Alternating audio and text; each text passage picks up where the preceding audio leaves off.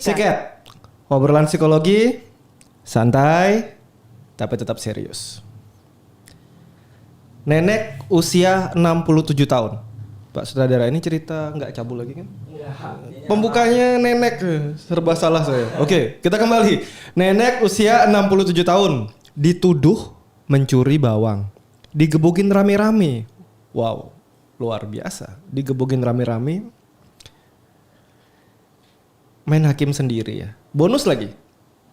Kisah ini viral di media sosial. Bentuk keadilan zaman sekarang. Setuju nggak? Oke, kita akan ditemani oleh psikolog kita Ibu Pauline. Kita akan bahas bentuk keadilan kita ya. Gebugin ini viral dan adil kali ya. Seperti biasa, kita ditemani oleh psikolog keluarga kita Ibu Pauline. Silakan. Hai, iya ini cerita-cerita yang selalu membuat kita miris ya. Seorang nenek mencuri dan digebukin ya ini. Ini akan menjadi acuan dari emosi kita, simpati kita, empati kita nanti akan diukur dari situ ya Pak. Setelah melihat kejadian yang terjadi selama berapa waktu ini. Ya. Saya waktu dapat cerita ini dari sutradara saya yang luar biasa agak kaget. 67 tahun, wah pasti bukan cerita cabul ya. Karena ya belum tentu juga sih, kemarin ada cerita kakek-kakek juga 70 sekian tahun cerita cabul ya. Tapi paling nggak kita agak menjauh dikit lah dari topik-topik percabulan itu ya. Biarpun topiknya laku. Kan laku di sini. Plus 62 kita men. Cabul laku. Oke, kita kembali. 67 tahun. Ini bukan usia yang muda tapi yang nggak tua-tua banget ya. 67 tahun mencuri bawang. Ini bisa jadi hobi baru buat lansia nggak ya Bu? Hobi baru, waduh, kalau dibilang hobi itu kan sesuatu yang menyenangkan ya.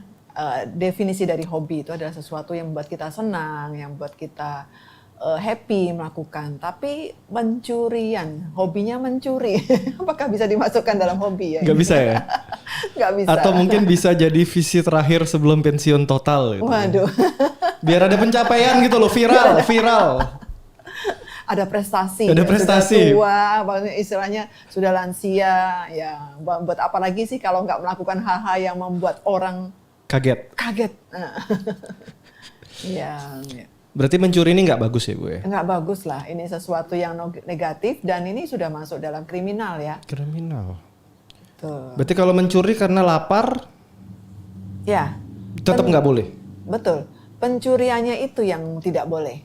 Ya. Lapar boleh tapi nyurinya nggak Lapar boleh? boleh, ya semua orang mengalami lapar, tetapi perilakunya mencuri itu yang tidak dibolehkan. Oke, ini Ya. kan kisah ini mungkin kalau terjadi di negara yang entah mungkin ya nggak punya hukum atau mungkin terbelakang gitu ya. Mungkin masih sering terjadi ya, digebukin gitu, main hakim sendiri. Ya. Tapi ini terjadi di negara kita yang katanya masyarakatnya ramah-ramah. Katanya masyarakatnya sopan, budi pekertinya baik. Apakah ini salah satu bentuk budaya kita ya? Digebukin. Ya. Kalau dari ceritanya, dirunut dari ceritanya yang seorang nenek ini, itu karena sudah dilakukan berkali-kali ya, sudah melakukan berulang-ulang berkali-kali dan sudah ditegur juga. Nah, mungkin faktor penggebukan itu munculnya perilaku melakukan tindakan fisik itu karena sudah capek mungkin ya, sudah geram, sudah marah karena ini nenek nih ya dianggap sudah lansia. Harusnya menjadi contoh bagi anak-anak, bagi usia yang lebih muda dan sebagainya, tapi justru melakukan perbuatan yang tidak benar. Nah, mungkin karena marahnya warga, masyarakat di situ tidak bisa dibendung lagi, akhirnya mereka melakukan tindakan fisik. Oke, berarti nenek yang maling berulang ini memang dia karirnya pencuri atau cuma dia korban yang gagal kita tolong lah, atau korban yang gagal ditolong oleh masyarakat berulang kali? Ya. Atau memang dia profesinya saya pencuri bawang gitu? Ya, itu perlu ditelusuri lagi ya. Tetapi secara hati nurani nih, saya mungkin lebih pilih opsi kedua. Ya, mungkin kita gagal untuk mengedukasi pada lansia-lansia yang atau orang-orang tua yang sudah tidak punya pekerjaan lagi, dalam kondisi juga kebutuhan banyak dan mereka secara finansial juga tidak ada ya, gitu. Punya keterbatasan. Kan ini banyak nih. Apakah dia memang karirnya seperti itu atau korban yang kita gagal tolong berkali-kali? Kalau memang karirnya penjahat, enaknya diapain? Ya, kalau jadi karir mestinya harusnya dia lebih lihai ya. Berarti gak berkarir Kalau ya? sudah mencuri bawang, dan itu cukup banyak loh bawangnya ya, berapa sekian kilo gitu. Jualan. Nggak tahu tuh hasilnya tuh nanti dia akan dijual lagi atau diberikan bagi-bagi kepada orang ya, dan kita kan tidak tahu Robin setelahnya. Hood lah. Ya. Nah, jadi tujuannya tuh untuk apa mencuri itu? Yang pasti ini akan menjadi habit dari dirinya, karena ternyata setelah dia juga ditegur dan akhirnya digebukin itu, setelah itu gimana ya, dia masih melakukan pencurian lagi nggak ya? Nah itu kalau memang tidak bisa membuat dia jera, nah itu akhirnya menjadi habit yang Kurang salah. baik. Ya, kurang baik. Berarti kalau secara psikologinya ya, kita ngobrol di sini kan ngobrol psikologi. Enaknya diapain nih ibu-ibu kayak begini nih? Ya, diberi terapi. Terapi? Kasih terapi. Terapi main hakim sendiri, Waduh, solusi itu cepat bukan tanpa beban. terapi. Terbukti lebih cepat dari tindakan hukum. Cepat, cak, kelar. Ya itu efek jerahnya, sampai orang nggak mau tahu itu sudah nenek-nenek yang sudah renta. Ya akhirnya wah, dengan tenaga yang luar biasa dari para pemuda-pemuda itu ya, mungkin yang memukul dan sebagainya, itu kan ibaratnya ya sudah nggak bisa buat apa-apa lagi. Tapi kan banyak nih di sini nih. Kita katanya ya, lagi-lagi katanya negara yang budayanya kuat, agamanya kuat. Kemarin ada juga kisah sudah agak lama, berapa tahun. Ya. Kakek-kakek ambil mobilnya sendiri, ada yang teriak maling, dipukulin sampai mati. Ya. Mati di tempat. Ya, Cepet banget angkat tangan gitu. betul, betul. Apa itu budaya kita? Nah, itu yang nggak tahu, karena orang tidak melihat secara utuh, tidak melihat secara jelas, lalu langsung muncul sesuatu yang spontan mengatakan itu pencuri atau maling dan sebagainya. Nah, Kan itu gerak yang cepat, disayangkan. gercep kita. Gercepnya kalau salah. ya, Tapi kalau bikin salah salah. gercep, bikin benar susah kali. Bikin orang menjadi repot, menderita, bahkan meninggal. Itu kan sesuatu yang udah ekstrim Tapi sekali. kalau pelakunya masa gitu gimana, Ibu? Ya itu yang sulit dikendalikan. Kan dosanya dibagi rame-rame. Nah, pembagiannya bagaimana tuh? Kan dosanya dibagi rata, banyak orang, makin banyak pelaku. Ya. Ya makin kecil lah dosa-dosanya. Tapi kan pada akhirnya ditangkap juga orang yang memukul itu, yang yang menyebabkan kakek itu jadi meninggal, atau spontanitas dari orang yang meneriaki dia maling, pencuri atau apapun itu ya. Biasanya kan jawaban-jawaban klasik ya. Mohon maaf saya kilaf bikin klarifikasi. Keluarga memaafkan ya sudah, proses hukum ya sekilas keluar ya. Ya. Berulang lagi. Ya. Nggak ada jeranya. Kemarin saya dapat cerita dari saudara saya, korban pengeroyokan. Nggak lama berapa hari ngeroyok balik. Memang ya main hakim sendiri itu lebih cepat lah. Memang solusi praktis lah itu. Toh itu kan cuma sebentar kali ya. Kalau main hakim sendiri dipukulin, habis itu sakit sebentar, ya ibaratnya kalau nggak terlalu kenceng mukulnya ya. 2-3 bulan udah sembuh lagi. Nah itu kalau mukul kenceng sampai patah dan sebagainya, itu yang Oke, harus diprihatinkan ya. Kita kembali ya tadi ke sisi psikologinya ya. Sudah ditolong berkali-kali tapi berulang lagi. Ya. Ini yang nolong biasanya kasus-kasus ini ya. Psikolog turun nggak sih, Bu? Sepertinya nggak deh ke situ. Terus yang nolong siapa? Nah itu ya. Kan ceritanya sudah ditolong berkali-kali ya, nolongnya dengan cara apa? Ini kan kita juga harus betul, benar ya. nggak jelas juga ditolongnya bagaimana, siapa yang menolong, dan mungkin karena di awal-awal ditegur ya, artinya kan mereka masih menghormati ya, masih merasa menaruh hormat, ini deh ditegur dulu aja supaya tidak menyinggung atau apapun gitu. Tetapi mungkin ditegur tidak dicarikan solusi, mungkin ya, sehingga dia melakukan lagi. Ya karena kan kebutuhan dan sebagainya. Berarti yang berteriak sudah kita tolong berkali-kali tapi tidak berubah, ini juga mungkin nggak ditolong-tolong. Bener, ditampar sekali tak tolong kamu dengan tak tampar besok jangan diulang ya, itu juga bukan bantuan kayaknya ya. Ya. Mungkin kalau seperti ini ya bisa minta profesional lah buat bantu, kan ada pos-pos terdekat ya.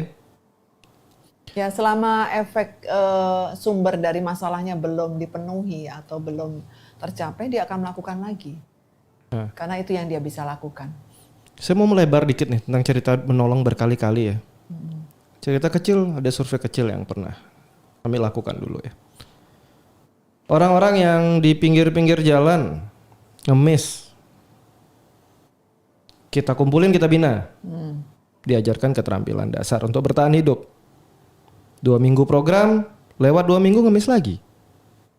Alasannya sederhana, teman-teman saya yang lain juga ngemis, Pak. Kalau saya nggak ngemis nanti nggak enak sama teman saya. Ini yang salah di mana nih? Yang disalah orang pola pikirnya. Ya, enaknya diapain tuh ya? Apa kita main hakim sendiri juga biar bersih gitu jalanan? Enak kan solusi cepat tanpa beban. Terbukti lebih cepat dari Iya. penanganan lainnya. Mencari sesuatu yang gampang, yang mudah. Ya kan dapat flash money, cepet aja kan. Ya. Ini kan sebenarnya ceritanya agak mirip-mirip ya. Alasannya pasti klasik lah, tuntutan hidup, orang tua yang nggak bertanggung jawab, lagi-lagi nih ya, para orang tua tidak bertanggung jawab malah diangkat lagi. Lanjut. Dibina, ada profesional nggak ada, psikolognya ada. Orang yang mengajarkan keterampilan ahli, programnya jelas, tetap aja kembali. Ya. Berarti sebenarnya kan secara pola pikir udah ditatar, Ya. keterampilan sudah dikasih, Ya. tetap kembali. Pengaruh lingkungan. Harusnya diapain? Ya, lingkungannya yang diubah. Artinya bahwa lingkungannya kalau mereka masih seputar itu saja, tinggalnya juga sekitar orang yang melakukan itu, akan ada balik lagi suatu saat nanti. Masih Ya, mungkin betul, diperbaiki nggak? Atau sebaiknya dieliminasi? Diperbaiki. Diperbaiki. Percuma, tapi makin hari makin banyak. Betul, betul. Tapi untuk Berkembang biak sesuatu mereka. yang baik kita nggak boleh Udah kayak menyerah. kucing aja. Sesuatu yang baik kita nggak boleh menyerah lah. Ya, karena kalau enggak ini akan turun-temurun dilakukan, akhirnya menjadi budaya, gitu ya. Ini bapaknya, kakeknya melakukan itu, turun ke anaknya, turun ke cucunya juga nanti. Enaknya berarti tetap dibina. Ya, Ada yang mau bina nggak tapi? pasti ada lah. Kemarin saya sama beberapa kelompok kami udah nyerah. Karena percuma. Itu program berapa tahun jalan. Nggak ada hasil. Ya, karena memang membina, membentuk kepribadian yang baik, ya, tergantung dari jiwanya juga harus mau berubah dari niatnya juga itu memang tidak mudah. Dan perlu waktu, perlu proses, gitu ya. Nah, perlu kesadaran yang tinggi juga untuk mau dia berbuat baik, berubah menjadi lebih baik, gitu. Atau mungkin solusi Bapak di Jawa Barat itu bagus ya. Masukkan barak militer, mungkin bisa berubah. Kita butuh yang seperti itu ya. Karena Nah, kita berarti tatar kekerasan dengan lagi. halus. Bukan kekerasan, tapi Bukan disiplin. kekerasan ya, oke. Disiplin ya. Karena mungkin mereka berpikir kalau yang melatih dari militer ini akan lebih serem gitu dah untuk anak-anak itu. Dan mereka akhirnya terbangun disiplinnya ya. Saya melihat ini sebagai sebuah solusi yang mungkin bisa diterapkan di negara kita ya. Ya. Karena kan dari tahun ke tahun, zaman dulu juga kita dipimpinnya sama militer ya. Kalau kita main lembut-lembutan gitu nanti jadi lelembut anak-anak itu. Percuma. Kita coba berapa tahun program jalan dan hasilnya ya kembali lagi. Ada yang berubah ada, tapi segelintir kecil. Mungkin ya, mungkin saja kompetensi kami yang kurang. Tapi hal seperti ini terjadi. Ini kan mirip sama cerita ibu tadi. Sudah ditolong berulang-ulang, mungkin cara menolong kami yang salah ya. Ya. Sampai akhirnya memang masih berulang biarpun kita sudah didampingi oleh profesional di bidang-bidang ini. Ya, karena itu kan nggak bisa berdiri sendiri ya. Artinya kita yang memberi pertolongan itu nggak bisa berjuang sendirian. Karena harus ada kerjasama juga dari yang ditolong atau orang-orang terkait ya, yang sebagai sarana di sekitarnya itu. Jadi betul-betul punya tujuan yang sama untuk suatu perubahan positif gitu ya. Tetapi kalau yang berjuang ini hanya si penolong saja, dan ini ya semau gue ya terserah, orang mau adain acara, kegiatan ya oke-oke aja. Saya ikut aja, yang penting ikut, tapi habis itu balik lagi. Ya kan percuma nanti. Oke. Perlu harus ada perjuangan effort dari yang ditolong juga, mau Ditolong juga. ada kesadaran untuk mau berubah. Oke. Kita kembali ke case ini tapi kita buat lebih intim gitu ya sama cerita ini ya. Ya. Bayangkan jika ibu adalah pedagangnya dan ibu itu tiap hari, si nenek itu tiap hari ngambilin barang. Sudah diingatkan dengan halus nggak bisa, mungkin besoknya agak gerak ya, mungkin agak keras dikit lah, tegur, masih diulang. Enaknya diapain? Saya akan memberikan satu kegiatan yang membuat dia merasa dihargai bahwa itu adalah upahnya. Kalau memang itu bawang adalah kebutuhannya, memang kebutuhan yang penting untuk dia ya, saya akan memberikan satu challenge bahwa kamu bisa mengambil bawang saya dengan cuma-cuma asal kamu bisa melakukan ini. Jadi kita tidak menghilangkan kebiasaannya itu, tetapi kita cari challenge yang lain dengan agar dia juga bisa melakukan sesuatu yang positif untuk kita. Jadi Oke, kita diberikan sama-sama kegiatan win-win positif solution ya. ya. Nah ini bisa jadi solusi. Solusi. Berikan sebuah kegiatan mereka juga. Si Betul. nenek kan umurnya udah nggak muda. Mungkin dia butuh hobi itu. Kebetulan Butuh hobi, nemunya hobinya ya. ngambilin bawang gitu. Betul. Butuh kegiatan positif Kita juga kasih hobi untuk baru. menunjang kehidupannya. Mungkin malah bukan bawang lagi ya. Mungkin ada hal lain, kebutuhan Ikan. lain ya. Ya. Beralih mencuri ikan. Kasih pancing. Oke, berarti kita perlu memberikan. Nah ini yang punya orang-orang dekat. Mungkin yang nggak semua yang berkasus, yang nggak berkasus juga ya. Para lansia ini kan kadang bosen di rumah ya. Ya. Kan kita punya lagi-lagi budaya ya. Ini para anak ya. Ini pesan kecil buat para anak yang hobi mempensiunkan orang tuanya, hati-hati. Orang tua kalian jadi nggak punya hobi. Di banyak negara-negara lain yang maju ya, orang tua itu dikasih pekerjaan yang ringan. Untuk apa? Mereka berkegiatan, nggak gampang pikun, dan mereka punya penghargaan diri. Betul. Karena kalau kalian, saya mau pensiunkan orang tua saya, bangga orang tuanya nggak karuan di rumah. Stressing juga, biasa aktif jadi nggak aktif. Ya kalau kalian udah kasih cucu, banyak yang belum kasih cucu kok. Udah nggak ada kegiatan. Dan ini jadi bahaya kadang-kadang. Nggak punya hobi, bikin hobi baru kalau hobinya bagus. Kalau kayak tadi kan gawat juga hobi ini. Oke, kita sekarang lihat dari sudut pandang yang lain ya. Tadi kalau kita jadi pedagangnya. Pedagangnya, oke. Iya, untuk para pedagang yang punya hati yang sebesar malaikat lah, kasih dia kegiatan. Kalau dibalik pelakunya itu orang tua kita sendiri. Kira-kira respon kita seperti apa? Ya, yang pertama kita akan menjaga orang tua itu untuk tidak terlalu banyak bepergian sendiri dan kita bisa ngobrol dengan dia, komunikasikan apa tujuan dari pencurian itu, dia melakukan pencurian itu. Kalau memang dia kesepian, kalau memang dia butuh ada suatu penghasilan dan sebagainya. Nah dari situ kan kita bisa tahu jadinya ya. Oke, lalu kita mencoba mencarikan solusi supaya perilaku mencurinya itu menjadi hilang. Gitu. Ya, karena kan bagaimanapun ya sebagai anak kita jadi malu kan ya. Orang tua kita lalu sering dikatakan pencuri dan sebagainya, bahkan akhirnya sampai digebukin kayak gitu. Ya bagaimanapun orang tua kita sejelek-jeleknya kan tetap kita harus bela. Bela dalam arti bahwa kita lindungi dulu, lalu kita ajak ngobrol untuk ditanya kira-kira apa sih yang menjadi tujuannya dari perilakunya tersebut, lalu kita carikan solusi bersama. Misalnya apa? Gitu. Cari kegiatan yang positif ya, yang juga mungkin bisa menghasilkan uang juga sehingga perilakunya tuh lama-lama bisa hilang. Oke, ini menarik ya. Sekali lagi memberikan kegiatan positif karena saya keinget itu. Biarpun mungkin kelakuannya mungkin ya nenek-nenek nih agak keterlaluan gitu kali ya. Tapi untuk mukul itu berpikirnya mungkin saya agak keras. Tapi karena saya tidak di lokasi ya, tidak mengalami tekanan-tekanan yang dilakukan oleh oleh seorang lansia ini, tapi kalau kita jernih ya kita pernah jadi cucu ya, kita pernah jadi anak gitu ya. Kalau orang terdekat kita yang melakukan itu kan, daripada kita cepat teriak pukulin gitu kan, mungkin kita bisa berpikir solusi. Biarpun jujur ya, memberikan solusi sama orang lain yang kita nggak kenal, mungkin kita mesti memberi keluar daripada kita mendapat sesuatu.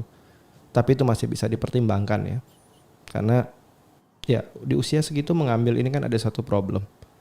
Ya kan, dan problem ini nggak selesai dengan kalian pukulin gitu, ya kan, dan besok mungkin akan ada orang-orang lain yang agak lebih muda dikit, saat kalian pukul kalian dipukul balik, ini banyak. Betul. Jadi nggak ada salahnya mencari solusi-solusi yang mungkin nggak langsung main pukul ya, apalagi ini berita langsung jadi viral ya, jempolnya banyak pukulin terus, nah itu ada komen-komen begitu, biar nggak kebiasaan. Nah, apa budaya kita punya budaya baru kali ya? Masyarakat kita mungkin benci lansia ya, karena lansia ini cuma jadi beban makin hari. Setuju nggak ya? Enggak sih, mungkin karena nggak bermanfaat juga mungkin ya lansia. Enaknya ya kasih main hakim sendiri loh. Iya, ya budayanya itu untuk mukul dan sebagainya mungkin sudah lama, sudah biasa ya. Tetapi yang kita soroti di sini yang diberi pemukulan itu adalah seorang lansia. Kan hukum tidak mengenal usia. Betul. Cuman kadang-kadang kita sebagai orang itu menjadi gelap mata atau buta bahwa yang penting itu perilakunya. Yang salah adalah dia mencuri, itu aja nggak mau tahu. Nah padahal di saat tertentu juga kita harus melihat, oh sudah usia tua, jangan digebukin ya. Oke, kita beri solusi mungkin untuk sementara di karantina mungkin ya. Diberitahu sambil di situ diberi ya mau nggak mau mungkin diberi suatu keterampilan yang dia bisa, yang akhirnya kita bisa hargai dengan suatu uang atau bagaimana, sehingga sampai nanti betul-betul jiwa mencurinya itu hilang. Ya, karena ini bisa jadi habit karena dia sudah berkali-kali itu ya, apalagi karena kalau sudah terdesak uang dan sebagainya. Oke, Ibu Pauline, ini kan saya lihat cerita ini ya, ada satu sisi ya yang ya suara-suara dalam diri kita muncul ya. Saya mau tanya ya, kalau dari Ibu Pauline, dari hati yang paling dalam ya saat dapat cerita ini dari Bapak sutradara kita, ada nggak sih pikiran menggelitik yang muncul yang bicara? Ya wajar sih, namanya juga maling ya, pukulin aja. Ada nggak sih? Ada suara-suara itu nggak dari hati paling dalam? Enggak. Nggak dipukulin? Enggak. Wah, moral bagus nih masih masyarakat kita ya. Kalau di tempat kami rebutan, pukulin aja, gigit cakar nggak apa-apa, garuk-garuk lagi. Kalau saya ada di situasi mereka ya gimana pun saya akan berteriak, jangan dipukul gitu, karena tidak menjadi solusi yang terbaik yaitu. Walaupun ya nenek itu menjadi lecet-lecet, berdarah dan sebagainya, tetapi itu bukan suatu efek jera juga. Kalau niatnya luar biasa untuk mencuri ya, dan kesempatannya itu juga ada, karena dia pasti tahu tempat-tempat yang dia bisa curi. Bayangkan berapa kilo itu kan udah lumayan.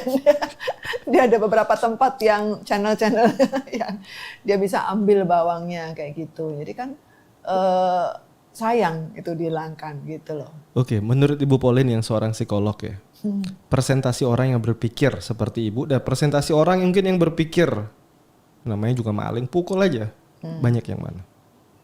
Banyak yang menurut saya ya, banyak yang menyatakan untuk tidak dipukul. Tapi kejadiannya nyata dipukulin ya akhirnya goalnya. Ya. Penuh darah lagi. Betul. Apakah masyarakat di tempat tersebut memang udah nggak ada moralnya kali ya, atau nggak ada empatinya? Ya, karena ada yang memicu, itu aja. Ada yang memicu melakukan, mungkin orangnya juga kerabat dari yang dicuri, bisa jadi, atau suaminya atau siapapun itu, sehingga dia melontarkan kata-kata yang menghasut banyak orang. Pukul saja, nah itu sudah. Akhirnya semua orang di sekitarnya ya, terutama laki-laki, akan melakukan hal yang diperintahkan. Berarti ini nular ya? Ya, bisa nular. Dan berarti ini mencerminkan nggak moral budaya di tempat kejadian ini terjadi, masyarakatnya seperti apa? Ya, sangat mencerminkan ya. Hati-hati nih. Gitu. Yang tinggal di daerah sana hati-hati. Mungkin kalian lagi krisis moral ya. Bolehlah perbaiki sedikit nih. Masak diterus-terusin. Tapi maling dipukulin boleh nggak? Secara hukum nggak boleh kan? Secara hukum dibilang main hakim sendiri. Tapi kalau maling masuk rumah ibu kira-kira pukulin nggak? Spontan kali ya.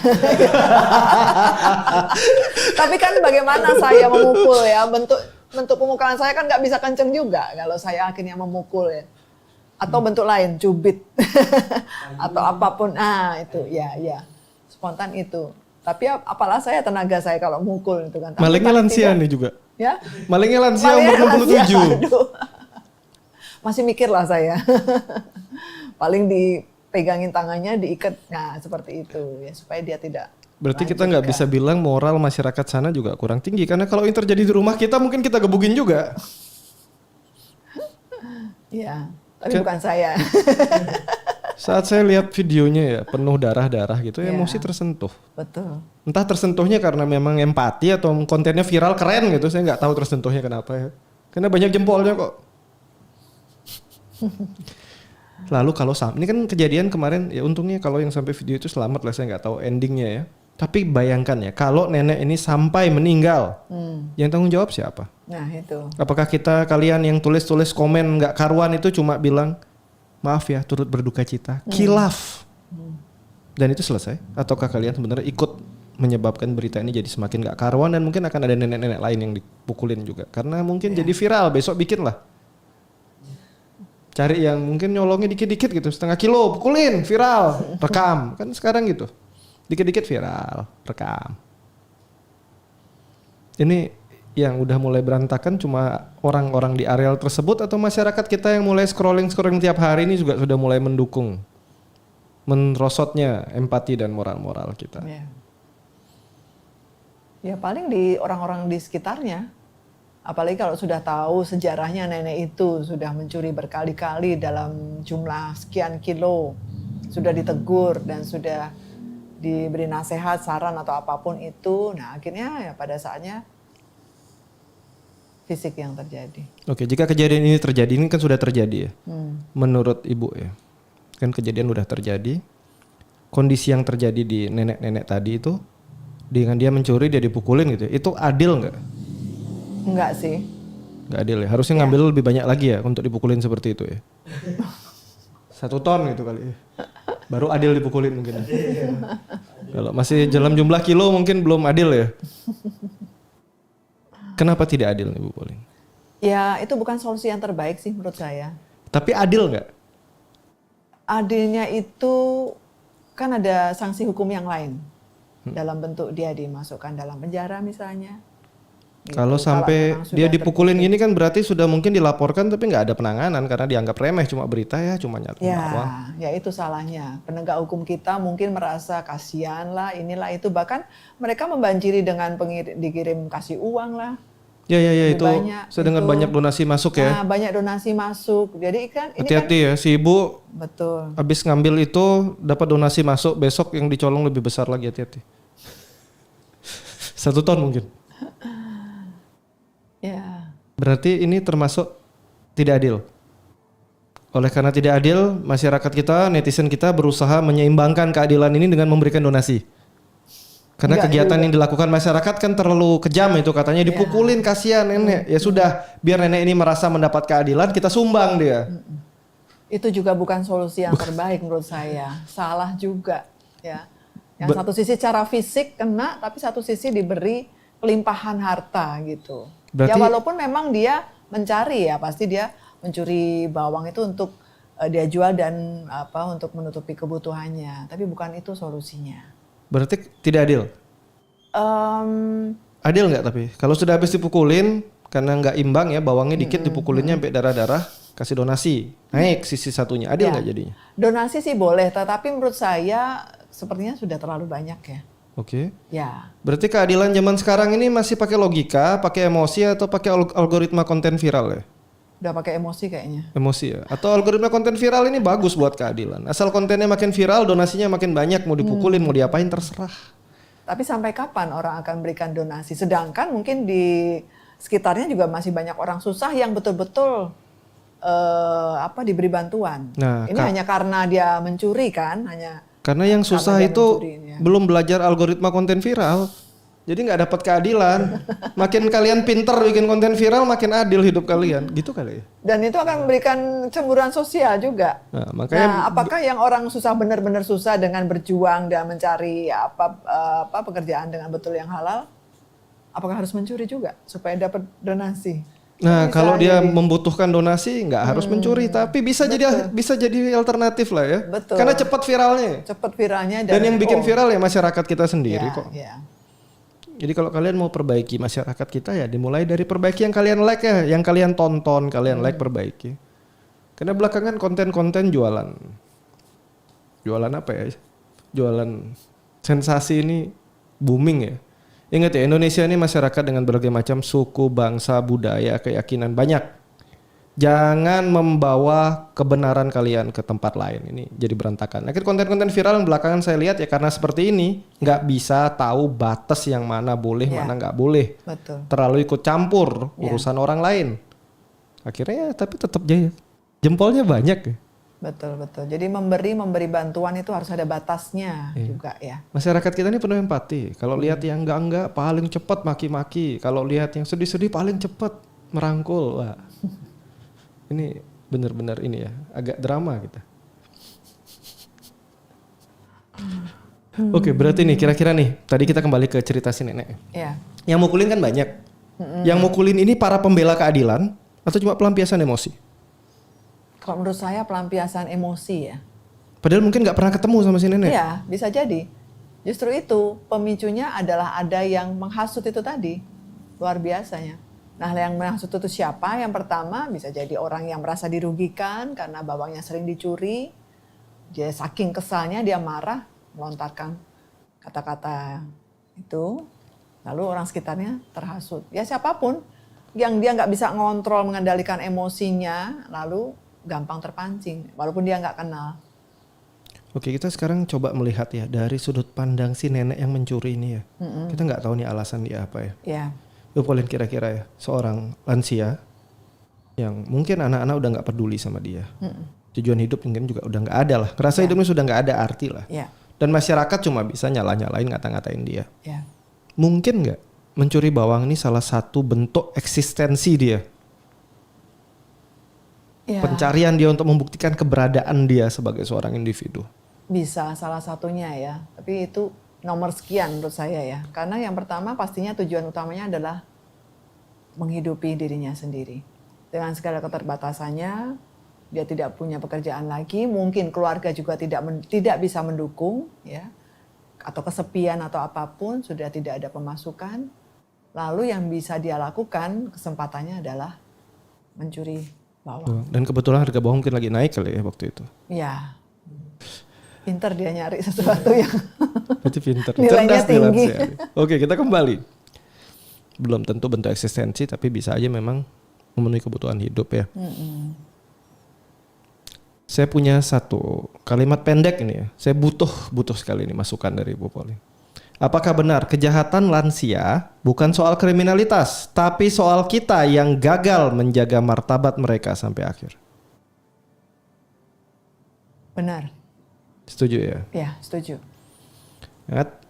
Bisa jadi. Ya, bisa Kita- jadi karena kita yang nggak bisa aware, care dengan mereka yang para lansia ini, mungkin tidak menyadari karena kita juga terlalu sibuk menghidupi kehidupan kita sendiri, lalu mengesampingkan yang lansia. Lalu pada akhirnya setelah itu terjadi baru kita merasa sadar itu. Nah, bisa jadi kasus ini adalah salah satu bentuk kegagalan kita sebagai masyarakat di negara yang katanya beradab ini untuk menjaga martabat generasi tua kita ya. Ya. Ngomong-ngomong negara beradab, saya punya pertanyaan lagi nih Bu. Kan kita bangsa beradab, setuju ya? Ya, Atau nggak setuju? setuju. Setuju, oke, berarti beradab semua. Masyarakat Indonesia, masyarakat Masih beradab. ada ya. beradabnya, Ya. nggak semuanya ya. Apakah kita memang bangsa beradab atau sebenarnya manusia yang pintar pura-pura peduli di kolom komentar? Mana yang lebih mencerminkan kita? Kalau menurut saya sebetulnya aslinya tuh manusia tuh kan berkepribadian baik ya, berperilaku baik dan semua. Cuman kadang-kadang di satu sisi mereka ada beberapa orang ya, karena kita tidak bisa pukul rata, yang tidak bisa mengendalikan emosinya, mungkin karena juga tingkat inteligensinya rendah, mungkin juga tidak bisa bersosialisasi, pengaruhnya banyak ya, faktor keluarga, pendidikan, lingkungan dan sebagainya. Nah ini orang-orang ini yang gampang terpicu dengan hal-hal yang negatif jadinya. Kalau dibilang beradab sih untuk hal-hal yang baik ya, sesuatu yang baik mestinya biasanya kan diturunkan terus kan dari kakek nenek menurun dari nenek moyang dan sampai ke kita itu.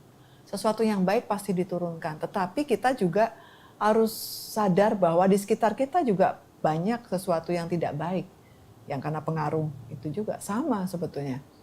Nah, bagaimana seseorang pada saat dia sendirian, nggak ada siapa-siapa, bisa mengendalikan diri itu. Mana yang harus dia pilih, mana yang harus dia lakukan. Lakukan yang baik atau yang tidak baik. Disitulah beradabnya kita. Oke, berarti kita masih bangsa beradab lah ya.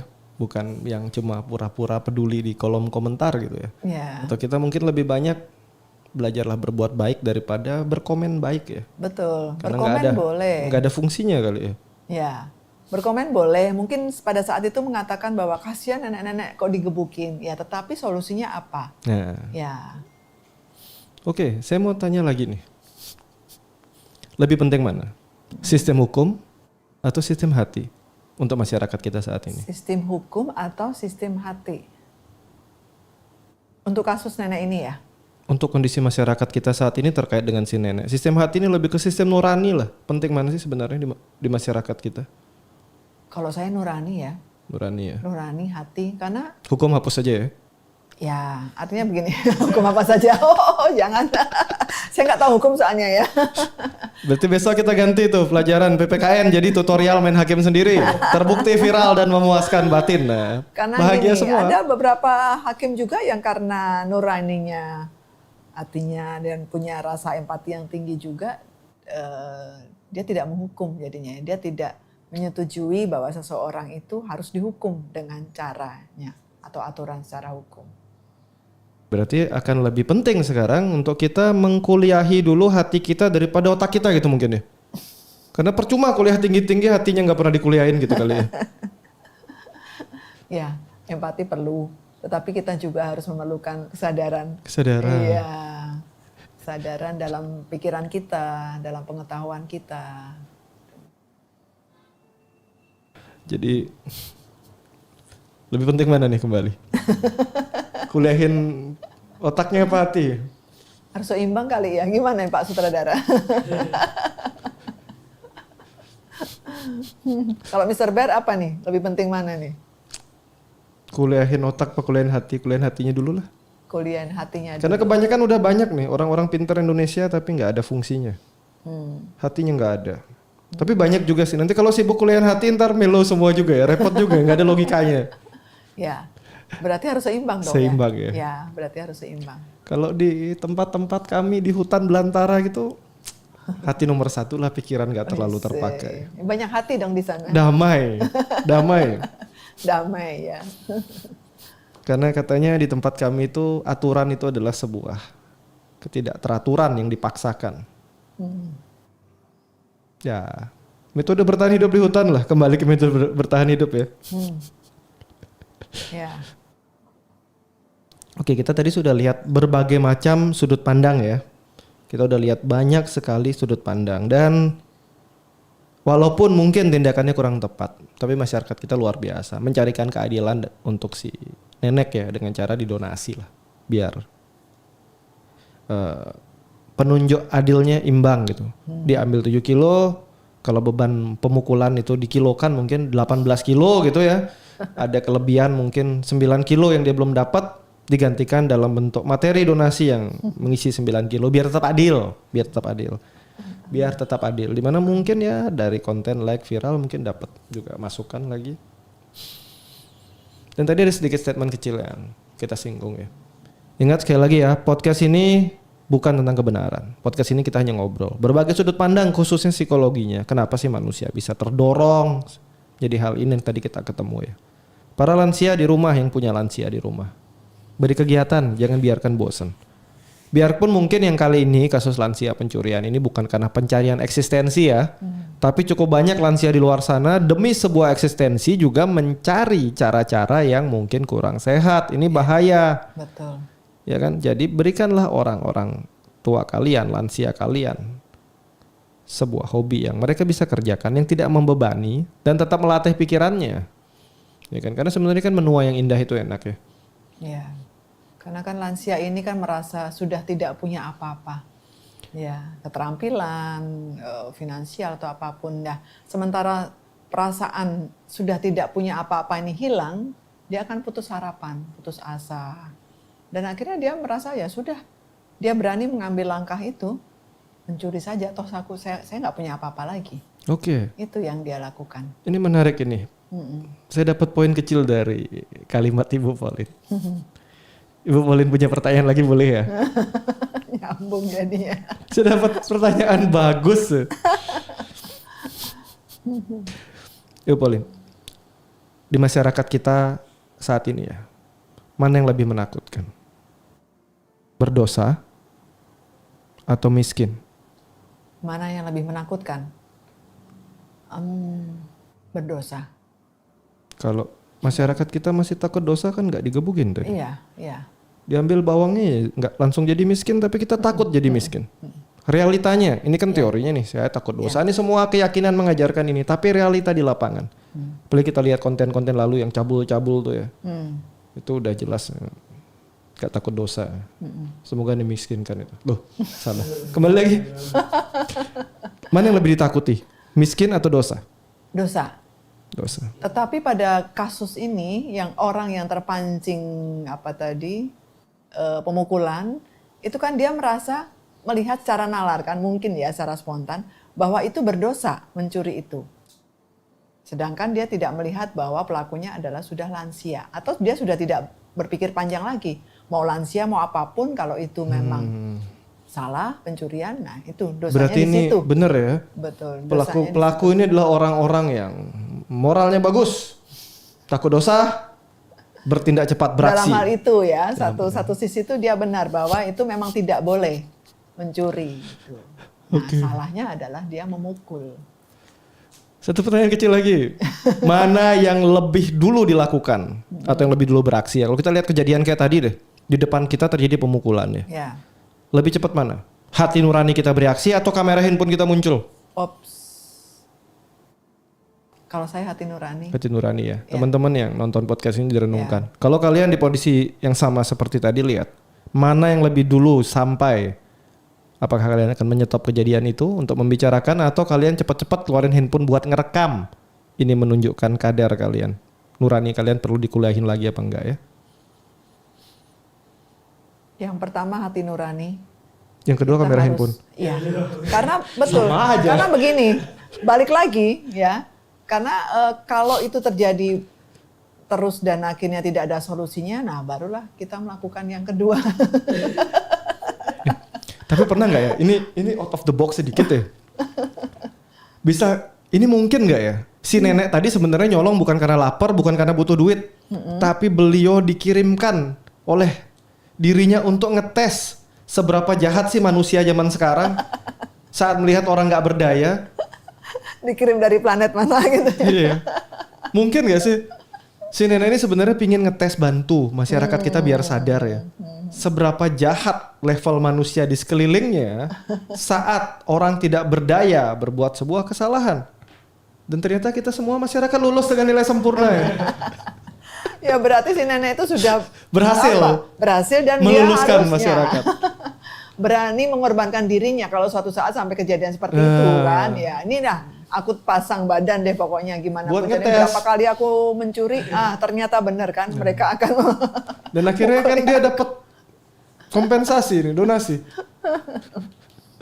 Ya ini hanya omongan-omongan Ya. di luar ya. Tapi bisa aja. Bisa aja. ya. Ya kalau itu kebetulan ada donasi ya. Kalau enggak Kebetulan mungkin alam semesta sudah dia ini babak belur dan sebagainya ya. ya memilihkan seorang aktor nenek ini untuk menjadikan sebuah meteran tolak ukur lah kadar nurani Social masyarakat eksperimen. kita seperti apa. Betul. Oke, kita sudah membahas cukup banyak tentang sisi psikologi, baik dari pelaku, dari korban, ataupun mungkin cerita-cerita sedikit di luar nalar yang mungkin terjadi kayak tadi, mungkin aja si nenek dikirim ya. Siket, di episode ini kita membahas sama-sama ya tentang cemburu-cemburuan ini. Kalau tadi udah yang cerita-cerita lain, kemarin udah sutradara kita suka yang agak cabul-cabul, kali ini kita masuk ke cerita cinta-cintaan, tapi cinta buta ini ya. Pertama saya dapat berita ini, kaget dikit gitu. Ternyata ada embel-embelnya. Ini kejadian pembunuhan ya, kronologis kejadian. 24 Mei 2025, nama disamarkan. MBW dan DR mendatangi villa tempat AD bekerja setelah terjadi cekcok terkait uang yang dijanjikan oleh AD. A dan D ya maksudnya. Mereka menunggu hingga korban tertidur. Saat korban tertidur, MBW memukul dada AD menggunakan batu ulekan. Milih banget. Mungkin safe ya. Sementara DR menahan korban dari belakang. Lalu ketika AD terbangun dan melawan, MBW mengambil gunting dan menyerahkan kepada DR. Lagi-lagi DR yang diberi senjata nih. Tadi udah pakai batu ulekan, sekarang diberi gunting. Lalu menusuk leher dan kepala korban hingga tewas. Setelah memastikan korban meninggal, mereka membungkus jenazah korban dengan selimut, membawanya ke kamar mandi, membersihkan darah yang tercecer. Lalu pada malam harinya mereka kembali ke villa dengan membawa jerigen berisi bensin, membakar tubuh korban di dalam kamar mandi untuk menghilangkan jejak. Awal-awal dapat berita ini saya kira motifnya adalah motif tentang uang. Tapi ternyata itu hanya motif pemicunya, motif utama ada cerita cinta di sini. Karena ternyata ada kedekatan antara korban dan pelaku. Cemburu ini seserem ini nggak ya? Nanti kita bahas di sini ya. Cemburu untuk sebuah hubungan ya umumnya serem, tapi kali ini lebih serem lagi. Nanti kita akan bahas sama-sama lebih jauh. Seperti biasa kita akan ditemani oleh psikolog keluarga kita. Ibu Pauline silakan. Hai, hai. Ya, ini semoga bisa kita bahas dengan sebaik-baiknya ya. Sebaik-baiknya. Artinya memang cukup menyeramkan kalau kita dengar cerita di awal tadi. Ya, tapi masalah-masalah ini memang sering terjadi.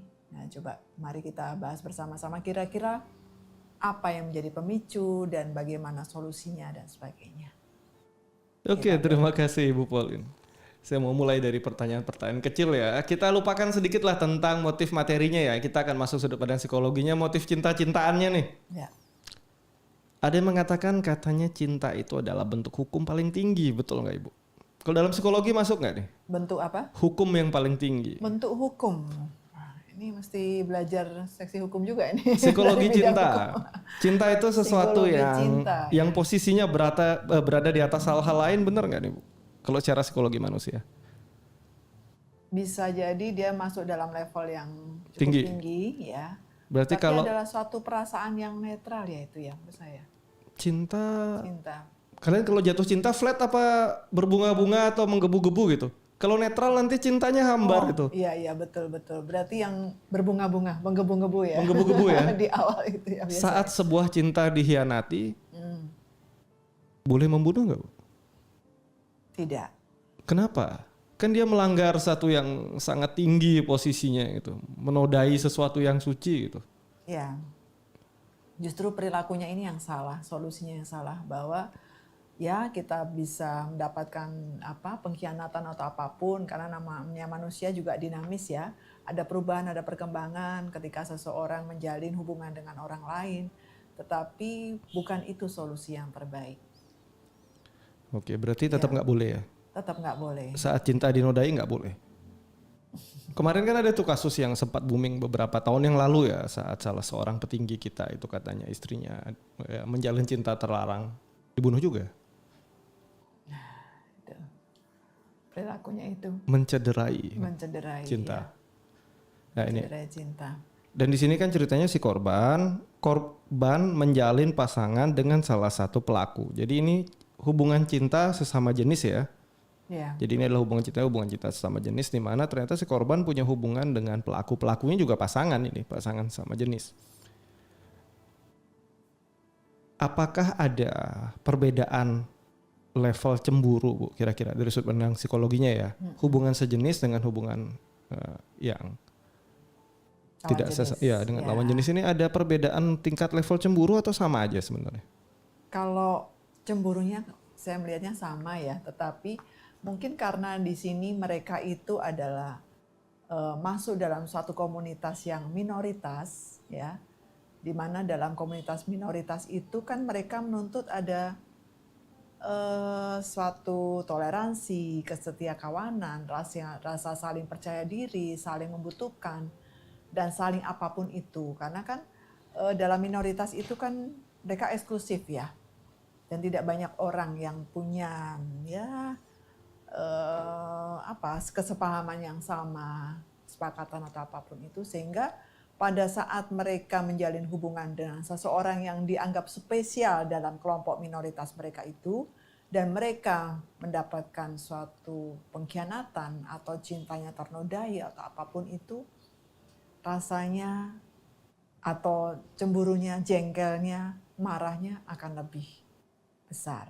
Jadi wajar ya ini terjadi ya. Dalam hubungan cinta sesama jenis bentuk cemburunya lebih besar. Seperti itu ya? Ya, karena mereka masuk kelompok minoritas, menurut saya begitu. Oke, berarti membunuhnya tetap salah, tapi kalau kalian punya cemburu yang lebih besar itu wajar ya? Ya. Kan katanya cinta itu sabar, cinta itu murah hati. Betul. Tapi yang ini cinta pakai gunting sama ulekan ini gimana Bu ceritanya? Ini sudah masuk kepada kriminal, berarti memang nggak cinta. Saya sebut tadi, ya artinya menuntut ada sesuatu timbal balik dari apa yang sudah mereka lakukan kepada seseorang yang jadi korban ini.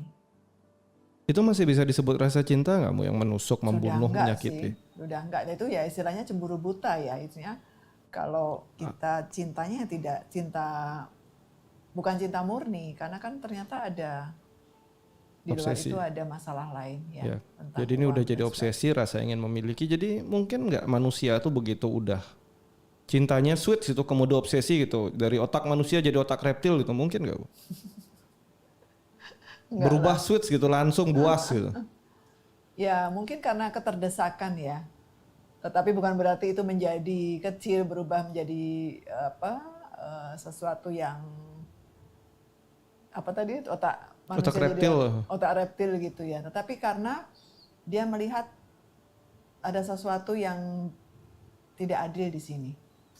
Lalu dia melakukan tindakan yang membuat balas dendam.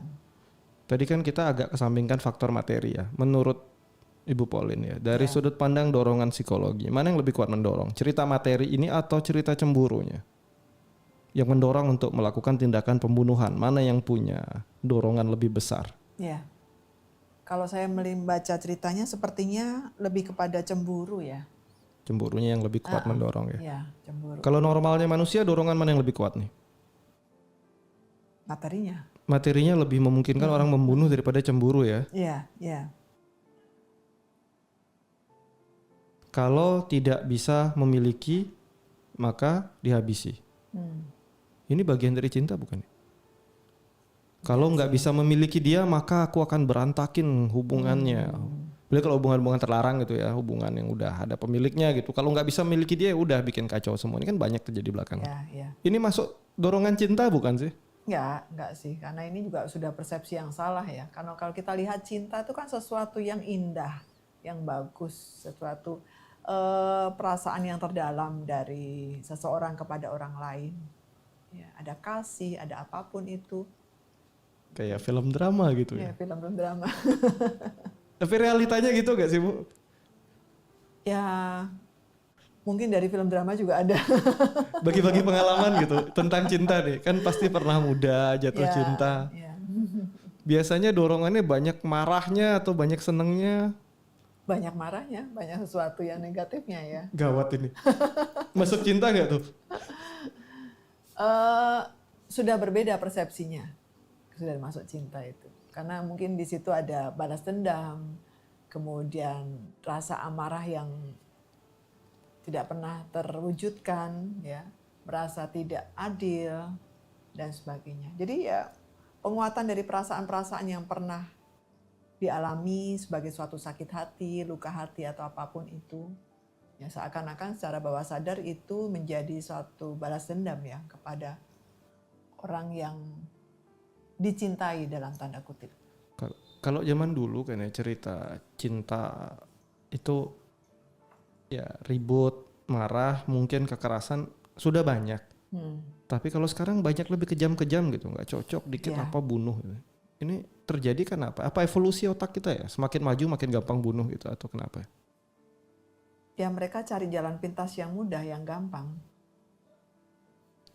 Atau kebanyakan nonton drama gitu kan, banyak tuh drama dikit-dikit bunuh. Bedanya di dunia nyata di ending episode nih mereka nggak bangkit lagi. Ya. Dan akhirnya pelakunya juga Ya sini nggak ada mesin waktunya gitu. Tiba-tiba mundur semuanya terulang dan masih hidup dan bahagia dan baik-baik aja. Di sini kan enggak. ya itu penurunan nilai moral juga ya, karena kan sebetulnya kita harus bisa menghargai kehidupan seseorang. Dia kalau dibilang terluka, marah, merasa tidak adil, merasa disepelekan, diremehkan apapun itu pasti ada. Tetapi cara kita mengatasinya juga bukan menjadi sesuatu yang negatif juga. Banyak cara kok bisa kita lakukan untuk bisa menyadarkan orang yang melakukan perbuatan yang tidak baik kepada kita. Oke, ini masih pertanyaan seputar cinta ya, Bu. Karena ini kan ceritanya dorongannya dorongan cinta nih. Saya baca dari sutradara saya dikasih semua cerita dorongan cinta, impulsif karena cinta. Baik hubungan sejenis ataupun hubungan dengan lawan jenis ya. Ya. Saat seseorang dikhianati dalam cinta, sebenarnya langkah apa yang sebaiknya diambil secara psikologi? Kalau menurut saya kita lebih kepada refleksi diri ya. Ya, sejauh mana selama ini kita menjalin hubungan dengan seseorang yang kita cintai. Apakah memang dia patut melakukan pengkhianatan itu karena sikap kita, atau tidak. Berarti ada pengkhianatan yang boleh gitu ya? Sebetulnya masing-masing punya hak ya. Oke. Orang punya hak. Berkhianat Ya. juga bagian dari hak. Ya betul, karena hanya itu yang bisa dia lakukan. Untuk dia mungkin membalas atau apapun itu namanya. Tetapi pada saat dia berkhianat, kita juga introspeksi. Apakah kita layak mendapatkan itu? Gitu, sepadan atau tidak. Nah, dari sini penting adanya komunikasi. Gitu. Nah, bagaimana cara kita mengatasi bersama atas perilaku yang sudah dia lakukan, lalu kita lebih terbuka, lebih dewasa, buka komunikasi antar pasangan agar itu tidak terjadi lagi. Berarti sebenarnya masih ada jalan tengah ya. Tapi kan biasanya kalau pengkhianatan terjadi, bawa kameramen, bawa polisi gitu, gerebek gitu. Biasanya kan mereka memang udah nggak niat kembali atau memperbaiki. Ya. Dan belakangan kan banyak tuh booming, banyak juga scroll aja ya, channel-channel yang menampilkan hal-hal seperti itu gitu. Ya. Sepertinya kalau sudah dikhianati itu sebaiknya dimusnahkan semua gitu, dibikin berantakan gitu, dibikin kacau. Itu masih masuk cinta nggak sih? Tindakan-tindakan mereka karena saking cintanya, saat aku tak bisa memiliki kamu maka semuanya harus berakhir. Ya cinta yang salah itu kali ya. Padahal yang di luar sana itu konten-konten tentang apa, bawa kameramen banyak, itu seakan-akan membenarkan perilaku yang menggerebek ya. Kan kita nggak tahu cerita di balik pengkhianatan itu ya. Sebetulnya bukannya saya memihak pada orang yang berkhianat, tetapi semuanya pasti ada sebabnya. Ada cerita di balik semuanya itu yang membuat akhirnya seseorang berkhianat. Nah, yang kadang-kadang tanpa sadar, secara impulsif, secara cepat, secara gampang, ini dah tunjukkan saja kepada banyak orang nih. Bikin sesuatu yang viral supaya semua orang tahu bahwa dia salah itu. Oke, dorongan impulsif ya. Ya. Dan apakah cinta ini memicu sebuah dorongan impulsif yang berlebih-lebihan seperti itu? Berarti salahnya si cinta bukan? Nah, salah orangnya. Cintanya nggak salah. Cintanya nggak Cinta salah. pada orang yang salah. Ya, sebetulnya hubungan seseorang dengan orang lain itu kompleks ya, faktornya banyak. Tidak hanya masalah sekedar cinta atau hubungan fisik atau apapun.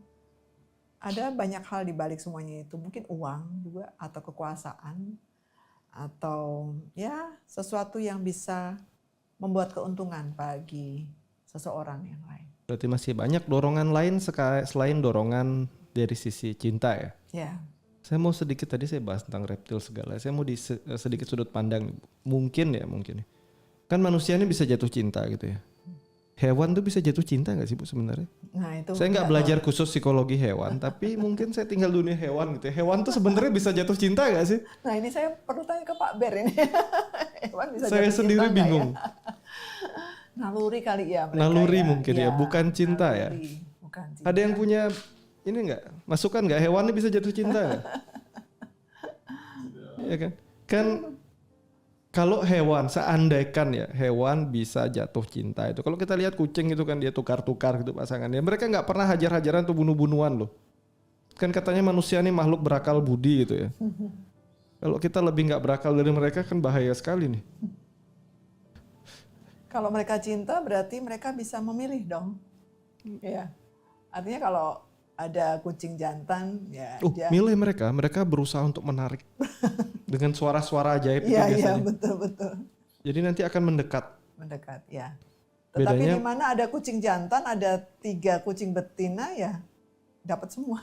Nah, itu berbagi Artinya, dengan adil namanya. Apakah itu cinta atau ya dan naluri dan mereka nggak bunuh-bunuhan loh untuk itu. Ya. Mereka hanya bunuh-bunuhan untuk sebuah teritori, areal.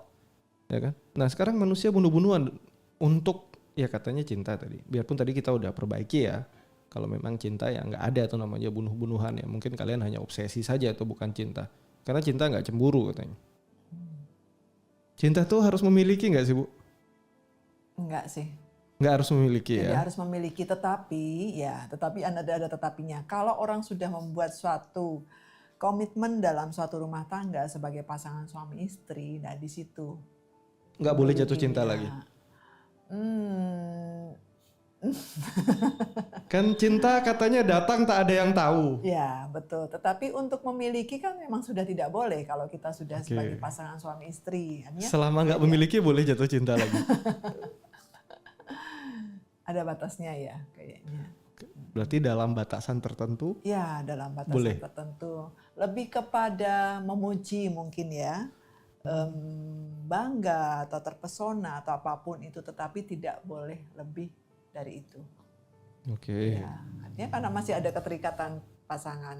Hati-hati ya, nanti Suami istri, kayak ya. cerita tadi ya, ini sudah si pelaku AD dan MBW mereka juga pasangan ya. Ternyata si salah satunya menjalin hubungan sama si korban dan akhirnya yang terjadi seperti ini karena mungkin batas-batasnya mereka nggak jaga. Tapi kembali lagi ya, kalau memang mereka cinta beneran ya dorongan ini seharusnya nggak terjadi ya.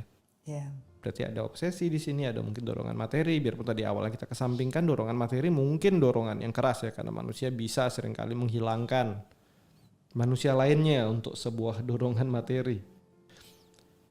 Nah, ini kalau kita lihat dari sudut pandang dorongannya, tadi kan dorongannya kuat sekali. Cemburu gitu ya. ya. Cemburu ini sebenarnya perasaan apa sih, Bu? Perasaan yang ada dalam diri Mas ini ya perasaan netral ya.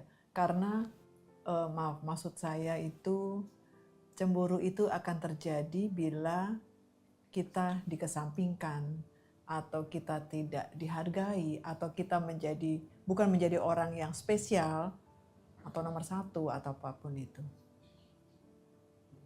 Ya. Akhirnya cemburu. Ya, akhirnya cemburu. Tapi sebetulnya ini juga banyak faktor ya. Cemburunya karena apa? Kembali ke Kasih cinta-cintaan nih, cemburu karena cinta gitu. Cemburu karena cinta bisa, ya. Bisa jadi. Jadi karena cemburu saking kuatnya cinta itu akhirnya ya dalam pikiran manusia, otak manusia kan memproses ya. Ini ada sesuatu yang nggak adil. Nah, akhirnya dia membuat suatu tindakan yang membuat dia merasa puas untuk membalasnya. Sampai betul-betul musnah, hilang. Karena ini kan tidak hanya dibunuh ya, Bakar. tapi masih dibakar lagi, sudah menjadi Dibakar, nah ini menarik nih Bu. jenazah, lalu masih dibakar lagi untuk menghilangkan jejak. Jadi Dibakar ini benar-benar tujuannya luar menghilangkan biasa. jejak atau melampiaskan rasa marahnya kira-kira, Bu? kalau di sini infonya adalah menghilangkan jejak. Infonya di sini menghilangkan jejak. Tapi Ada nggak dorongan manusia saat dia benar-benar benci sama seorang, dia dikhianati, dia ingin membakar orang tersebut, ada nggak iya, dorongan? ada, pasti ada. Jadi rasa kepuasan itu pada diri manusia kan berbeda-beda. Nah mungkin tingkat kepuasannya ini tingkat dewa kali ya. Jadi dia harus betul-betul habis, tidak ada jejak apapun gitu. Bahkan ya kalau misalnya, maaf kalau hanya membunuh kan masih ada bentuknya, jenazahnya, badannya. Jadi dia berpikir untuk betul-betul menghilangkan seseorang ini ya sudah sampai dibakar. Ini sudah memang Bentuk kemarahan dia. bentuk kemarahan yang luar biasa, yang di luar batas. Nah kita bisa lihat kan ternyata bentuk cinta orang minoritas yang eksklusif itu sampai segitunya. Yang mereka mungkin menuntut dari orang lain. Kita kan ibaratnya itu tadi yang saya ceritakan bahwa kita ini sama-sama minoritas, harus bisa saling memberi dong. Ya, menuntut ini itu boleh dong, berhak dong gitu. Oke. Ini kalau kita lihat tentang teori dasar tentang cinta, salah satunya punyanya Robert Sternberg ya. Cinta itu tentang kedekatan emosi yang pertama, yang kedua gairah fisik dan romantik, yang ketiga komitmen jangka panjang. Kalau kurang satu aja nggak bisa disebut cinta menurut Robert ya. Kalau berarti seseorang hanya pingin dekat secara emosi, nyaman, rasa aman, belum masuk cinta. Ya. Kedua hanya nafsu saja, gairah romantik, ini cuma hasrat impulsif, bukan cinta juga. Lalu cuma pingin komitmen saja, ya ini mendingan kalian kontrak ya. Harus tiga-tiganya terpenuhi. Nah dalam hubungan tadi kalau kita bilang ya, sedikit keluar jalur ya. Hubungan sesama jenis. Ini komitmen jangka panjang, gairah fisik, romantik, kedekatan emosional ini kan agak sulit terpenuhi semua. Atau mungkin ada cara memenuhinya ya.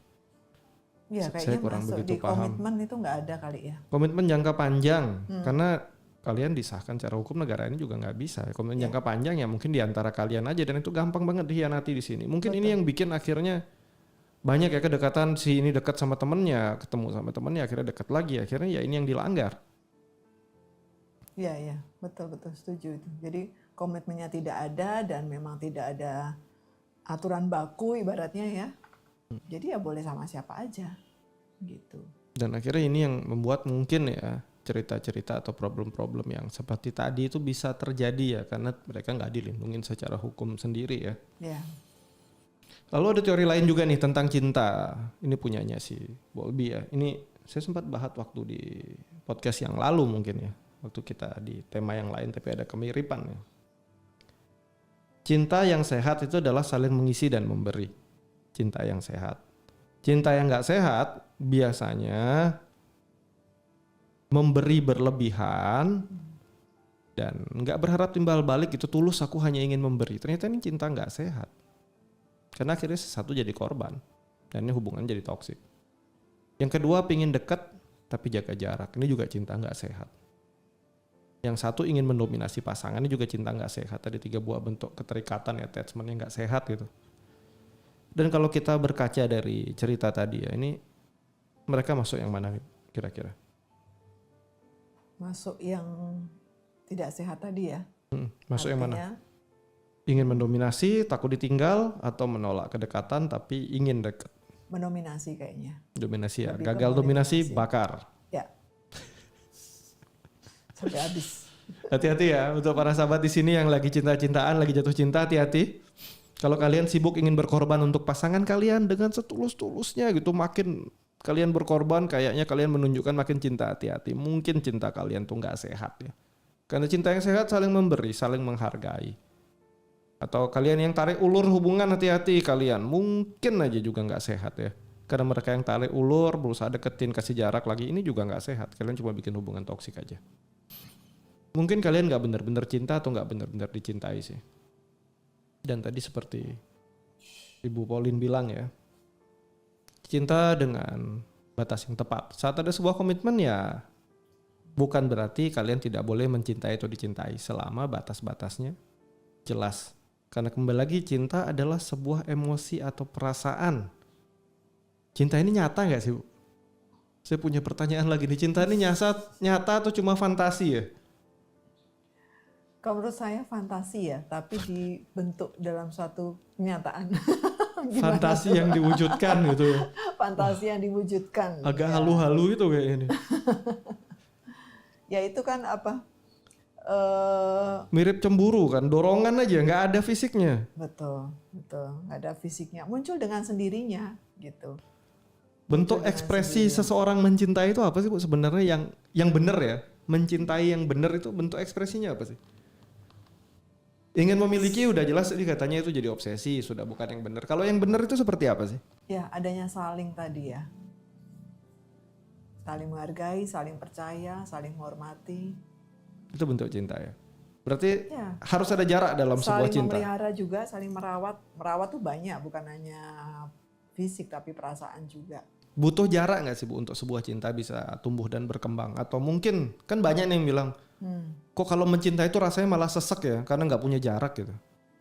Nah itu masuk ke dominasi ya tadi. Dominasi ya. Ada salah satu pihak yang mendominasi, akhirnya Ya. sisi yang lain merasa dikekang. Betul. Sehat nggak seperti ini? Nggak sehat. Karena cinta itu kan keikhlasan ya. Keikhlasan kalau dalam memberi atau menerima itu pun tidak. Yang mendominasi ikhlas, yang didominasi nggak ikhlas. Ya. Banyak nggak ini terjadi? Artinya itu kan terpanggil dengan sendirinya gitu. Dalam bahasa tubuh, dalam bentuk komunikasi yang lain. Kan katanya cinta harus berkorban, Bu. Nah itu tapi jangan jadikan korban bulanan. Banyak ini ya. Ya. Saya banyak sekali punya klien orang-orang yang datang. Ya kan katanya cinta harus berkorban, Pak. Saya udah berkorban, Pak. Tiap hari nahan perasaan, tiap hari dipukulin gitu. Kok masih sih dia selingkuh? Nah ini gimana nih, Bu? Ya itu tadi masuk pada cinta yang mendominasi ya atau apapun itu. Karena memang cinta itu oke, memang masuk berkorban. Tetapi berkorban seperti apa? Jadi kalau memang sudah kelewat batas pengorbanannya ya itu sudah tidak cinta lagi. Karena yang satu merasa ya itu salahmu, aku tidak meminta itu mungkin gitu ya. Kamu yang melakukan pengorbanan itu sendiri dan aku tidak menuntut ini itu karena mungkin saking cintanya. Gitu. Yang satu ya merasa enjoy aja, tenang aja. Kita Tapi agak melebar nih topik nih Bu. ya Cinta bisa jadi hambar nggak? bisa. Kalau ini terjadi, apa yang harus dilakukan? Apakah mencari cinta-cinta baru atau mungkin ada alternatif lain, Bu? Ya, mestinya ada alternatif lain yang membuat cinta itu menjadi manis lagi, menjadi asin lagi. Jangan sebut namanya itu jauh itu nggak ada cinta-cintanya itu. Ya bayangkan kalau ada masakan gitu ya, masakan tuh hambar nggak ada rasanya. Tentunya dari yang masak atau kokinya atau siapapun itu kan menambahkan sesuatu yang membuat masakan tuh jadi lebih enak. Ada saran contoh konkret nggak Bu buat mereka yang cintanya hambar ini diapain sebelum terjadi obsesi dan pembunuhan seperti ini? Ya, kita tinggalkan ego kita untuk menjadi seseorang yang mungkin tadi membuat hambar ya. Kan banyak faktor bisa mengubah, mungkin juga karena posisi kita, mungkin karena kegiatan kita, mungkin karena apapun itu. Lalu kita kembali lagi kepada diri kita yang sebelumnya, yang dulu sempat pernah mengalami cinta yang manis, yang baik. Tapi dia berubah banyak gitu. Kan banyak nih yang bilang, wah saya lihat pasangan saya itu, lihat mukanya aja saya udah males gitu. Lihat gaya jalannya, gaya ngomongnya saya udah jengkel gitu. Ya, Lihat kelakuannya saya udah pengen teriak marah gitu. itulah cinta. Makanya kalau dulu di awal bilang kaulah segalanya. Dulu dia banyak janji-janji palsu, Banyak setelah janji terbukti palsu, janjinya ya. nggak ada yang terjadi gitu. Akhirnya saya jengkel. Ini masih bisa dibumbui apa diapain deh enaknya? Sebetulnya masih bisa, ya. Yang di awal dulu dibilang kaulah segalanya, kemudian setelah berapa tahun semuanya itu terjadi menjadi kaulah serigalanya.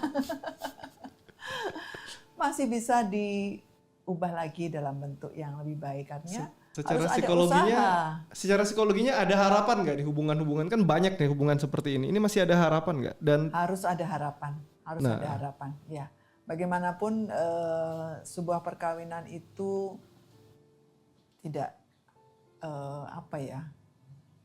tidak sesuatu yang pendek, yang hanya sekejap saja, tapi untuk seterusnya kan long time. kan ada tuh banyak lagi booming lah banyak di medsos. Wah setelah pernikahanku yang keempat akhirnya aku menemukan bahagia gitu. Berarti kan harus ganti gitu. Baru ketemu. Nggak mungkin itu. Berarti cinta itu ditemukan bukan diciptakan gitu mungkin. Nggak mungkin kalau keempat, apalagi keempat itu pasti ada sesuatu yang terulang ya. Dan itu akan secara psikologis, akan secara bawah sadar juga akan mendapatkan sesuatu yang tadi tidak dialami. Mendapatkan sesuatu yang sudah dialami dan akan bisa. Berarti kalau kalau percintaan pertama bermasalah, berpisah gitu, yang kedua kemungkinan masalah lagi ya Bu? Secara bawah sadar begitu kali ya. Masih masalah ya, berarti jangan ya. buru-buru nikah lagi gitu kali ya, tapi perbaiki Kalau diri ya. Kalau konsepnya tentang seseorang itu masih sama dengan yang lalu, nah itu akan terjadi lagi. Nah dia juga harus berubah untuk bisa mendapatkan seseorang yang sesuai dengan kehidupan rumah tangga pada umumnya. Ngomongin cinta menarik nih kan, Iya. banyak booming nih, aseksual, nggak butuh orang lain, cukup diri sendiri nih. Konsep ini masuk nggak Bu secara psikologi? Saya bisa membuat diri saya merasa dicintai oleh diri saya sehingga saya nggak terlalu butuh orang lain untuk mencintai. Bukan berarti nggak punya keluarga atau rumah tangga, tapi tidak membutuhkan orang lain untuk memberikan rasa dicintai. Ini bagus nggak sih konsepnya? Enggak lah. Karena cinta itu kan dengan orang lain, dengan seseorang, relasi dengan orang lain. Kan kita bergantung jadi nanti bisa kecewa loh. Kalau sama diri kan kita kecewa nggak sama orang, nggak menyalahkan. Bagus mana nih Bu? Tapi ini kan manusia itu kan makhluk sosial, bagaimanapun butuh seseorang lah. Nanti kita bergantung kalau orang yang di sebelah kita yang kita harapin tadi ya, yang kita puja-puja ternyata hanya janji-janji palsu, cerita-cerita gombal, wah tambah sakit hati nanti. Ya, di luar itu tapi dia mungkin membutuhkan seseorang dalam bentuk fantasinya. Ya, tetap masuk bahwa dia harus punya relasi dengan seseorang yang dianggap punya hubungan dengan dia ya. Kalaupun misalnya dia tinggal sendiri, dia tidak mau berhubungan dengan seseorang yang secara fisik ada. Nah, zaman sekarang yang terlalu banyak kecanggihan teknologi ini, dia bisa menciptakan seseorang yang menurut dia bisa kendalikan ya secara fantasi siapapun itu. maunya bagaimana, keinginan dia bisa lakukan. Berarti gitu ya. masih butuh nggak nih Bu, pasangan? Sebetulnya masih, karena manusia itu makhluk sosial ya. Kan saya lihat banyak negara makin maju gitu jumlah penduduk makin dikit gitu ya, nikah makin malas gitu. Ya. Tapi kenapa di negara-negara yang mungkin lapis 2 atau lapis 3 ini makin hobi nikah gitu, hobi beranak gitu ya. Tapi di negara-negara yang lebih maju akhirnya hal ini berkurang. Mereka jatuh cinta tapi tidak untuk sebuah komitmen serius membangun sebuah keluarga. Karena buat mereka bangun keluarga benar-benar sebuah komitmen. Akhirnya mereka memilih untuk nggak keburu-buru. Ya. Tapi kenapa di negara-negara yang berkembang atau sedang mau berkembang gampang banget gitu Bu? Menikah, berkeluarga, pisah. Ya, Apakah kesadaran dirinya semakin meningkat berarti semakin susah membangun sebuah komitmen? Atau kalau mungkin kesadaran dirinya rendah lebih gampang? Karena kalau seseorang sudah dihadapkan pada satu pernikahan resmi ya, itu artinya akan banyak aturan-aturan, kesepakatan-kesepakatan, ya, atribut-atribut yang membuat mereka berperan di situ. Jadi sudah tidak merasa bebas lagi. Jadi Karena bisa aja kehilangan cinta kan Bu? Bisa jadi. Mendingan nggak usah berkeluarga dan menikah berarti Bu? Jatuh cinta aja.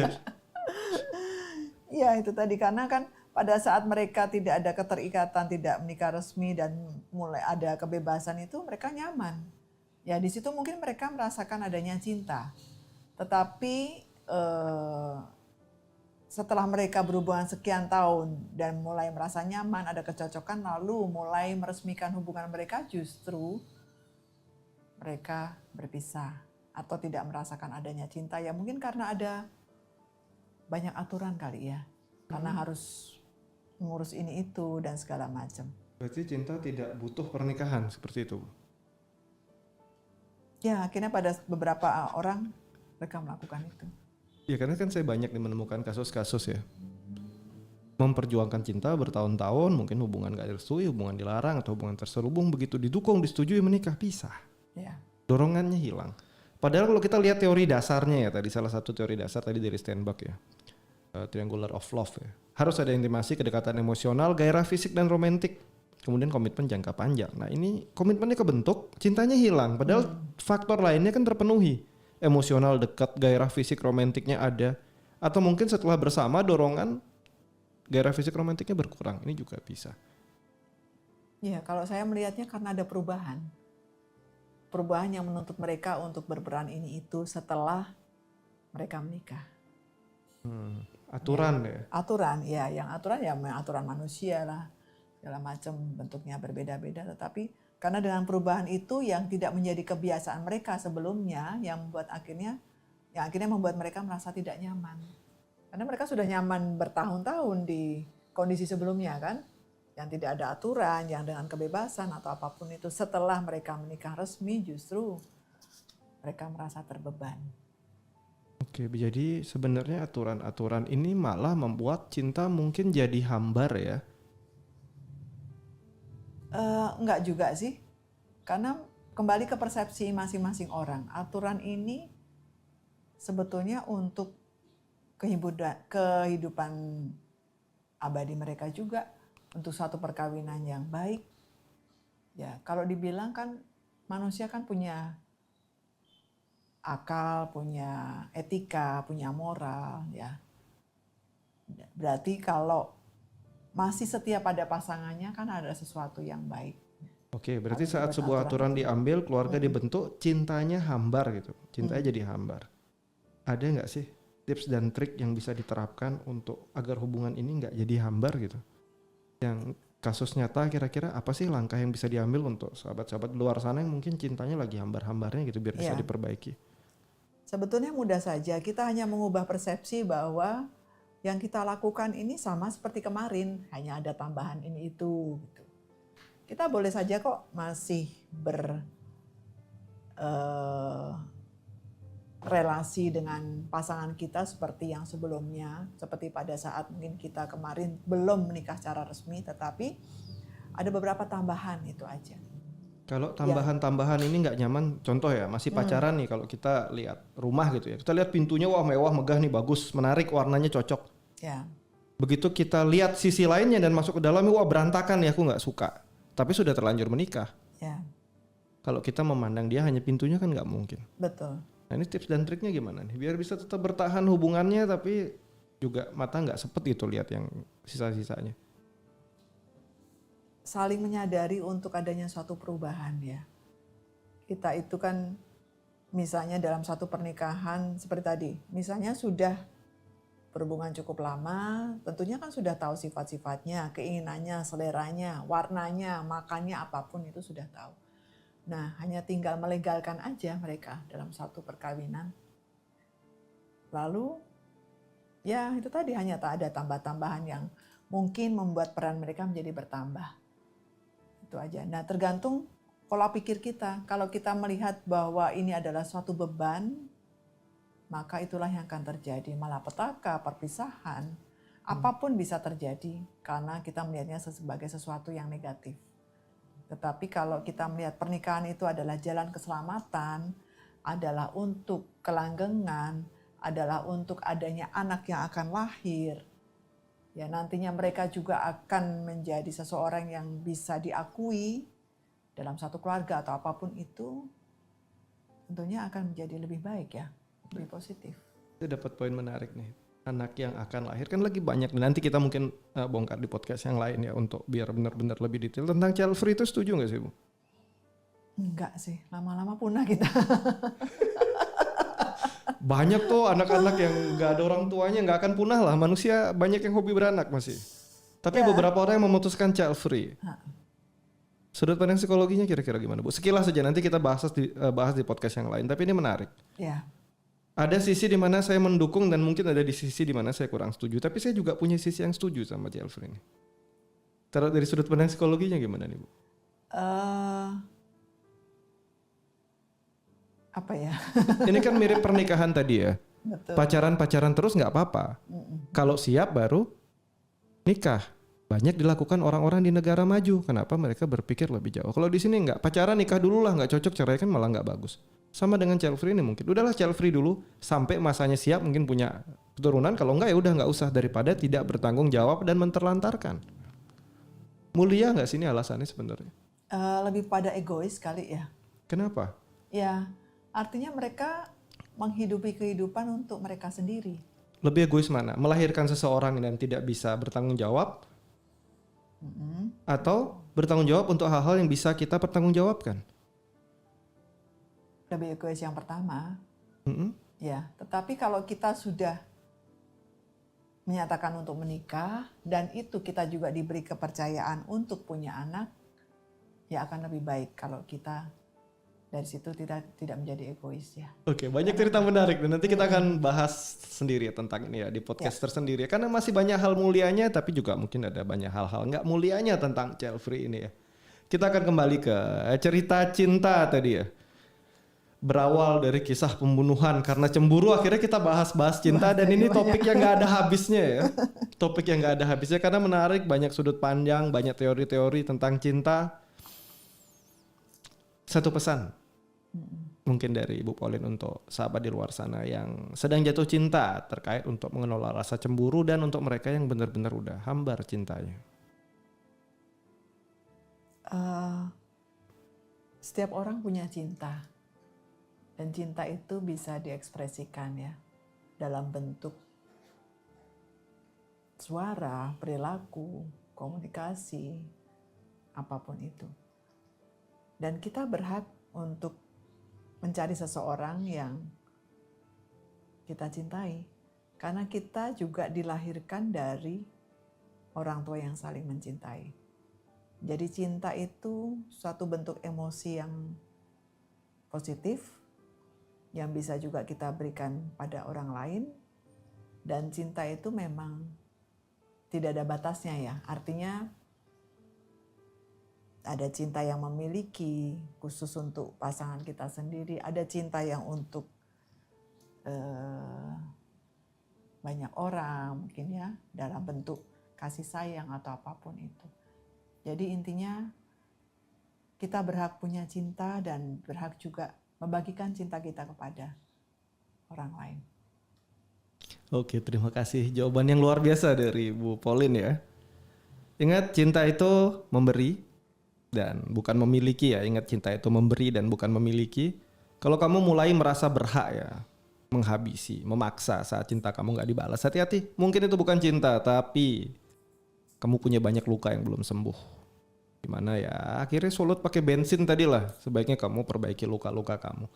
Untuk para sahabat yang cintanya hambar ya. Cari hal-hal barulah dalam hubungan kalian. Ingat, cari hal-hal baru dalam hubungan kalian. Dan sekali lagi, kalau kalian udah memutuskan untuk menikah, berkeluarga, berumah tangga, sekali lagi saya sering tekankan, rumah tangga bukan tentang cinta waktu pacaran. Berumah tangga tentang tanggung jawab. Kalau kamu nggak bisa mencintai orang-orang terdekat kamu, ya kasihilah. Nggak perlu deg-degan seperti cinta masa muda, kan udah lewat masanya ya. Terima kasih semua, semoga podcast ini sekali lagi ya. Podcast ini tidak pasti benar, kita hanya membahas, bercerita bersama-sama, lihat dari banyak sisi lah, dari teori-teori psikologinya, kemungkinan-kemungkinan yang terjadi, dan bisa aja melebar, berawal dari kisah pembunuhan, ujung-ujungnya kita cerita cinta.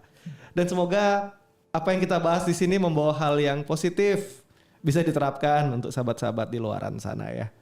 Terima kasih semua, kita akan ketemu lagi di podcast siket yang lainnya. Terima kasih, bye-bye. Bye.